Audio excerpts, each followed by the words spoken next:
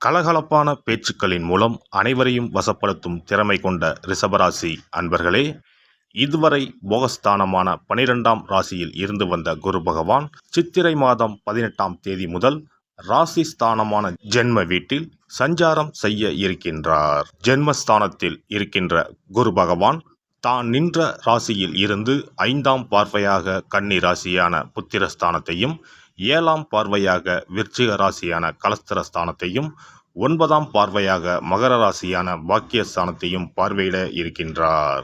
குரு பகவான் 5ஆம் பார்வையாக புத்திரஸ்தானத்தை பார்ப்பதினால் குழந்தைகளிடம் இருந்து வந்த வேறுபாடுகள் மறையும். பூர்வீக சொத்துக்களால் ஆதாயம் அடைவீர்கள். புதிய வீடு மற்றும் மனை வாங்குவதற்கான எண்ணங்கள் அதிகரிக்கும். கலைத்துறையில் மேன்மை ஏற்படும். நினைத்த இலக்குகளை அடைவதற்கான வாய்ப்புகள் அமையும். பொழுதுபோக்கு விஷயங்களில் ஆர்வம் உண்டாகும்.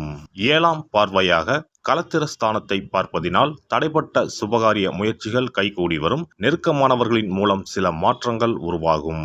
மறைமுகமான வருமானங்கள் அதிகரிக்கும். அரசு காரியங்களில் இருந்து வந்த தாமதங்கள் விலகும். கணவன் மனைவிக்கு இடையே நெருக்கம் அதிகரிக்கும். நண்பர்களின் வட்டம் விரிவடையும். தவறிய சில வாய்ப்புகள் மீண்டும் கிடைக்கும். குரு பகவான் 9ஆம் பார்வையாக பாக்கியஸ்தானத்தை பார்ப்பதினால் பொருளாதாரத்தில் இருந்து வந்த நெருக்கடியான சூழல் படிப்படியாக குறையும். தெய்வீக பணிகளில் உள்ளவர்களுக்கு மதிப்பு அதிகரிக்கும். வெளிநாட்டு பயணங்களில் இருந்து வந்த தடை தாமதங்கள் விலகும். கடன் பிரச்சனைகளை கட்டுப்பாட்டுக்குள் கொண்டு வருவீர்கள். பயணங்களின் மூலம் சில அனுபவங்கள் ஏற்படும். சமூகம் தொடர்பான விஷயங்களில் பொறுமையுடன் செயல்படுவது நல்லது. ஜென்ம வீட்டில் குரு பகவான் நிற்பதால் கனிவான பேச்சுக்கள் நன்மதிப்பை உருவாக்கும். சஞ்சலமான சிந்தனைகளை தவிர்ப்பது நல்லது. உடன் இருப்பவர்களால் சில நெருக்கடியான சூழல் உண்டாகும். சேமிப்பு சார்ந்த எண்ணங்கள் அதிகரிக்கும். மற்றவர்களை நம்பி செயல்படுவதை குறைத்துக் கொள்ளவும். மனதளவில் புதுவிதமான சிந்தனைகள் பிறக்கும். எதிலும் விவேகத்தோடு செயல்படவும். பழைய சிந்தனைகளால் ஒருவிதமான தடுமாற்றம் ஏற்படும். எதிர்காலம் சார்ந்த எண்ணங்கள் மனதில் அதிகரிக்கும். குரு பகவான் 1/5/2024 முதல் 11/6/2024 வரை கிருத்திகை நட்சத்திரத்தில் சஞ்சரிக்கின்றார். இந்த காலகட்டத்தில் உடல் ஆரோக்கியத்தில் ஏற்ற இறக்கமான சூழல் உண்டாகும். தேவையற்ற பயணங்களை குறைத்துக் கொள்வது நல்லது. மாணவர்களுக்கு கல்வியில் இருந்து வந்த ஆர்வமின்மை குறையும். வாகன பழுதுகளை சரி செய்து கொள்வது வீண் விரயங்களை தவிர்க்கும். கிடைக்கும் வாய்ப்பு சிறியதாக இருந்தாலும் அதை பயன்படுத்தி கொள்ளவும். வியாபார முதலீடுகளில் ஆலோசனை பெற்று முடிவுகளை எடுக்கவும். குரு பகவான் 12/6/2024 முதல் 18/8/2024 வரை மற்றும் 12/2/2025 முதல் 4/4/2025 வரை ரோகிணி நட்சத்திரத்தில் சஞ்சரிப்பார். இந்த காலகட்டங்களில் கொடுக்கல் வாங்கல் செயல்களை குறைத்துக் கொள்வது நல்லது. முன்ஜாமீன் செயல்களை தவிர்த்து கொள்ளவும். முயற்சிகளில் உண்டாகும் தடைகளின் மூலம் மாறுபட்ட அனுபவங்கள் ஏற்படும். மனதளவில் எதிர்காலம் சார்ந்த சில புதிய திட்டங்களை உருவாக்குவீர்கள். உங்கள் பேச்சுக்கான மதிப்பு காலதாமதமாகவே கிடைக்கும். சகோதரர்களின் வழியில் ஆதரவு ஏற்படும். சேமிப்பு தொடர்பான புதிய திட்டங்களை உருவாக்கிக் கொள்வீர்கள். குரு பகவான் 19/8/2024 முதல் 14/10/2024 வரை மற்றும் 5/4/2025 முதல் 10/5/2025 வரை மிருகசிரிச நட்சத்திரத்தில் சஞ்சரிக்கின்றார். இந்த காலகட்டத்தில் பழகும் நபர்களின் தன்மைகளை அறிந்து ஆலோசனைகளையும் கருத்துக்களையும் கூறவும். ஆடம்பர சிந்தனைகளால் வீண் விரயங்கள் ஏற்படும். வியாபாரத்தில் சில போட்டிகள் இருந்தாலும் மாறுபட்ட அனுபவங்களின் மூலம் வெற்றிகளை உருவாக்கிக் கொள்வீர்கள். உத்தியோக பணிகளில் கவனத்தோடு செயல்பட்டால் முன்னேற்றம் ஏற்படும். வாழ்க்கை துணைவரின் தேவைகளை நிறைவேற்றி வைப்பீர்கள். சிலருக்கு வெளியூர் மற்றும் வெளிநாடு செல்வதற்கான வாய்ப்புகள் சாதகமாக அமையும். குருவின் வக்கரகால சஞ்சாரத்தால் நிலுவையில் இருந்து வந்த வரவுகள் தேவைக்கேற்ப கிடைக்கும். குடும்ப தேவைகளை நிறைவேற்றி வைப்பீர்கள். குழந்தைகளின் வழியில் சுபகாரியங்கள் செய்வதற்கான வாய்ப்புகள் சாதகமாகும். கணவன் மனைவிக்கு இடையே அந்யோன்யம் அதிகரிக்கும். பலம் மற்றும் பலவீனங்களை புரிந்து கொள்வதற்கான தருணங்கள் ஏற்படும். உயர் அதிகாரிகளின் மறைமுக ஒத்துழைப்பு கிடைக்கும். இந்த குரு பெயர்ச்சியால் பெண்களுக்கு உண்டாகும் பலன்: குடும்ப விஷயங்கள் பகிர்வதை தவிர்ப்பது நல்லது. சிக்கனத்தோடு செயல்படுவது நெருக்கடிகளை தவிர்க்கும். புதிய வேலை வாய்ப்புகள் சாதகமாக அமையும். உடன் இருப்பவர்களின் மற்றொரு முகத்தை அறிவீர்கள். எதையும் நிதானமாக சிந்தித்து செயல்படுத்துவது நல்லது. பிள்ளைகளின் திருமணம் சார்ந்த எண்ணங்கள் அதிகரிக்கும். மற்றவர்களின் தனிப்பட்ட செயல்களில் அதிக உரிமை எடுத்துக்கொள்வதை தவிர்ப்பது நல்லது. திருமணமான தம்பதிகளுக்கு மகிழ்ச்சியான செய்திகள் கிடைக்கும். குழந்தைகள் பற்றிய கவலைகள் குறையும். மாணவர்களுக்கு பாடங்களில் இருந்து வந்த குழப்பங்கள் குறையும். ஆசிரியர்களின் கருத்துக்களுக்கு மதிப்பளித்து செயல்படவும், தொலைத்தொடர்பு துறைகளில் தனிப்பட்ட ஆர்வம் ஏற்படும். விளையாட்டு விஷயங்களில் நிதானம் வேண்டும். ஆராய்ச்சி மற்றும் சமூகம் தொடர்பான கல்வியில் முன்னேற்றம் உண்டாகும்.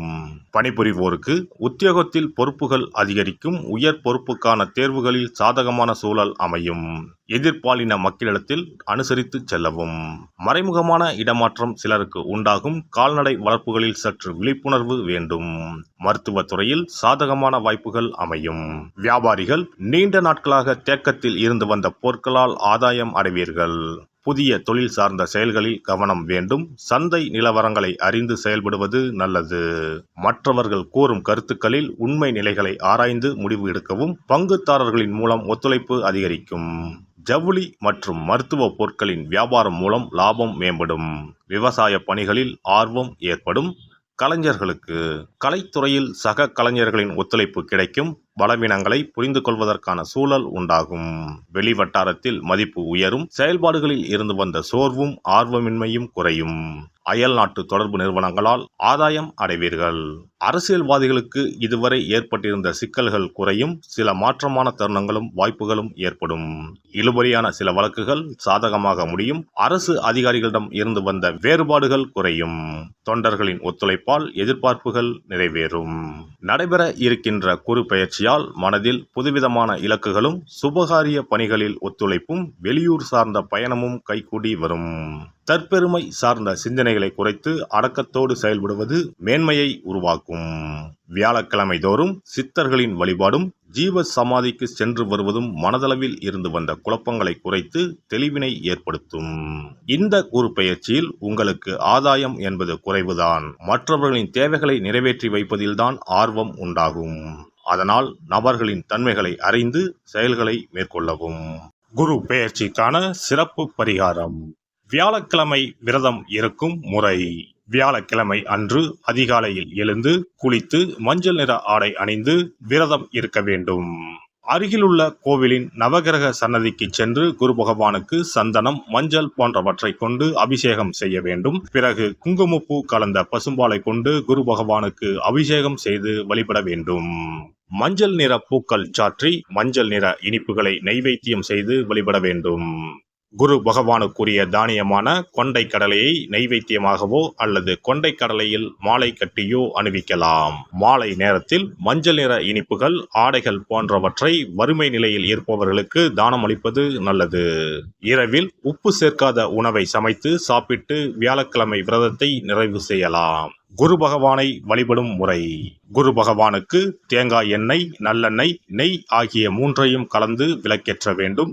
குரு பகவானுக்கு ஏற்றப்படும் விளக்குகளின் எண்ணிக்கை 11 அல்லது 21 இருப்பது சிறந்தது. குரு பகவானுக்கு பிடித்த மலர்கள் முல்லை, மல்லிகை. ஆகையால் அவருக்கு முல்லை அல்லது மல்லிகை மாலையை அணிவித்து கொண்டை கடலையை படைத்து வழிபடுவது சிறந்தது. குரு பகவானுக்குரிய வளர்பிறை வியாழக்கிழமை விரதத்தை முறையாக மேற்கொள்பவர்களுக்கு வாழ்வில் பல யோகங்கள் ஏற்படும். சரியான காலத்தில் திருமணம் நடக்கும். ஜாதகத்தில் குரு கிரக தோஷம் இருப்பவர்கள் இந்த விரதத்தை கடைபிடிப்பதால் தோஷங்கள் நீங்கும்.